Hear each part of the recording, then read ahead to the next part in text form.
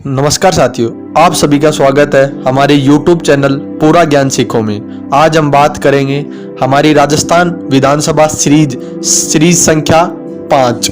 आज हम सीरीज संख्या 5 में बात करेंगे लक्ष्मणगढ़ विधानसभा के इतिहास, आगामी दावेदार और जातीय समीकरण के बारे में।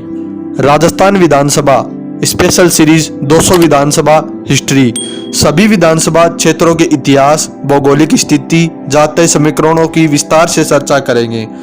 नमस्कार साथियों, एक बार फिर से आप सभी का स्वागत हमारे YouTube चैनल पूरा ज्ञान सीखो में। जिस किसी भी दोस्त ने हमारा चैनल सब्सक्राइब नहीं किया है तो वो कृपया जाकर हमारे चैनल को सब्सक्राइब कर दे, लाइक कर दे और बेल आइकन को भी दबा दे ताकि आपके पास आने वाली वीडियोज के नोटिफिकेशन आते रहें। सीकर जिले के अंतर्गत कुल विधानसभा क्षेत्र 8 है, जिसमें फतेहपुर, लक्ष्मणगढ़, धोद, सीकर, दातारामगढ़, खंडेला, नीम का थाना, श्रीमाधेपुर है। नीम का थाना अब एक नया जिला बन चुका है जो अभी हाल ही में हमारे माननीय मुख्यमंत्री श्रीमान अशोक जी गहलोत के द्वारा बनाया गया है, परंतु हमने अभी तक इसको अलग नहीं किया है। अब हम बात करेंगे लक्ष्मणगढ़ का गठन राजस्थान विधानसभा परिसीमन 1957 में हुआ। 1957 से पहले लक्ष्मणगढ़ व फतेहपुर एक सीट हुआ करती थी, लेकिन बाद में लक्ष्मणगढ़ को अलग कर दिया गया। लक्ष्मणगढ़ विधानसभा वर्तमान भौगोलिक स्थिति में एक नगरपालिका व 2 पंचायत समितियों से मिलकर बनी है, जिसमें नगरपालिका लक्ष्मणगढ़ व पंचायत समितियां लक्ष्मणगढ़ व नेछवा शामिल है।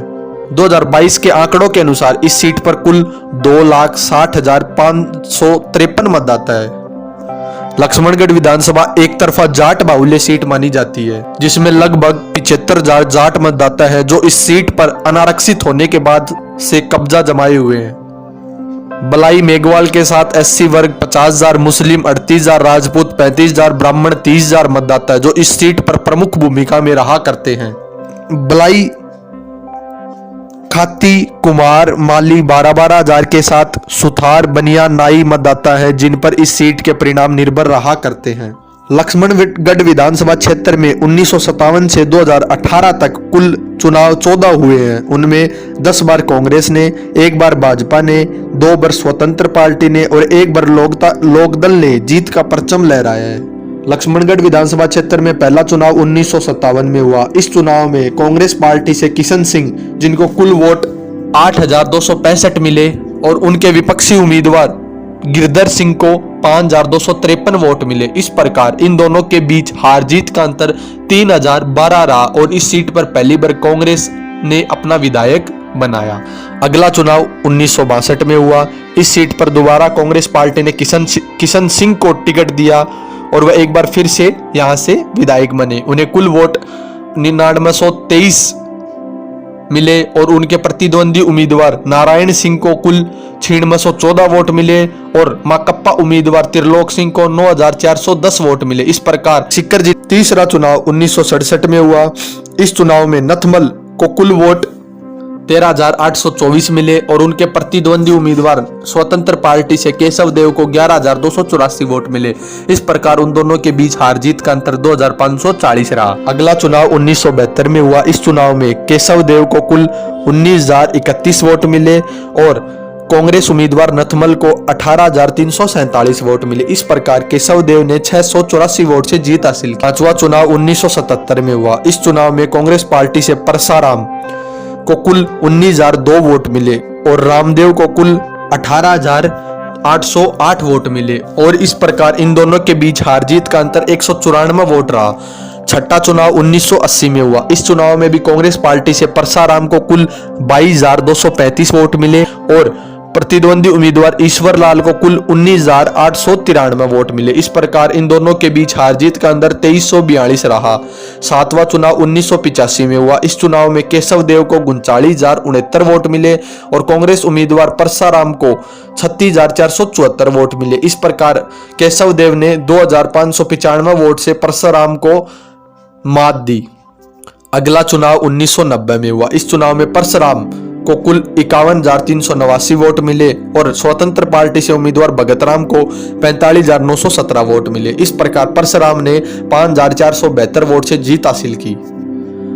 अगला चुनाव 1993 में हुआ। इस चुनाव में भी कांग्रेस पार्टी से परशुराम को कुल 50,154 वोट मिले और केशव देव को कुल 34,256 वोट मिले और बीजेपी उम्मीदवार दयालचंद को कुल 17,746 वोट मिले। इस प्रकार के परशुराम ने यहां से 15,898 वोट से जीत हासिल की। 10वां चुनाव यहाँ 1998 में हुआ। इस चुनाव में कांग्रेस पार्टी से परशुराम को कुल 49,373 वोट मिले और केशव देव को कुल 38,265 वोट मिले।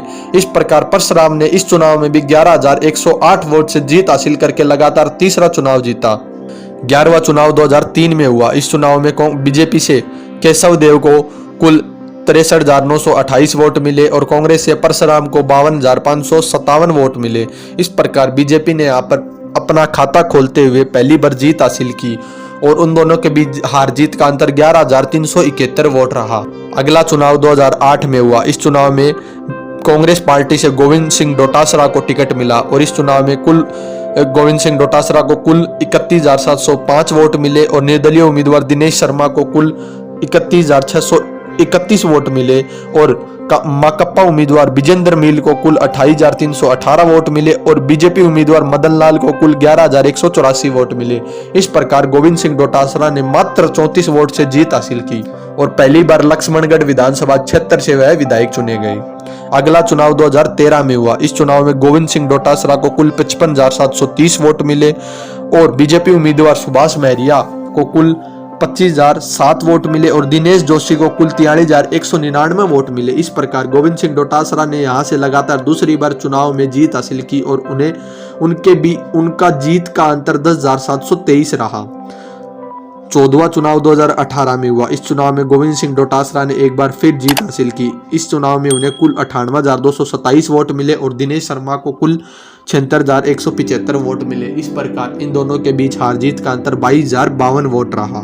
जैसे जैसे 2023 का चुनाव निकट आ रहा है दोस्तों, वैसे वैसे मुकाबला और भी रोचक होता जा रहा है और संभावित चेहरों के नाम भी सामने आ रहे हैं। इसी कड़ी में आज हम बात करेंगे कांग्रेस पार्टी से संभावित चेहरा, वर्तमान विधायक और प्रदेशाध्यक्ष, प्रदेश कांग्रेस कमेटी, प्रदेश कांग्रेस का जाट चेहरा और लक्ष्मणगढ़ से लगातार 3 बार के विधायक और गहलोत सरकार में मंत्री भी रहे गोविंद सिंह डोटासरा। बीजेपी से संभावित चेहरा, सिक्कर से 3 बार के सांसद रहे, अटल सरकार में मंत्री पद पर रहे और 2016 में भाजपा छोड़ कांग्रेस में गए और 2023 में चुनाव से पहले भाजपा में वापसी, सुभाष महरिया। भाजपा से पिछली बार के प्रत्याशी, नॉन जाट वोटों में अच्छी पकड़, लगातार 3 बार चुनाव लड़ा, भाजपा प्रदेश कार्यकारिणी सदस्य दिनेश शर्मा।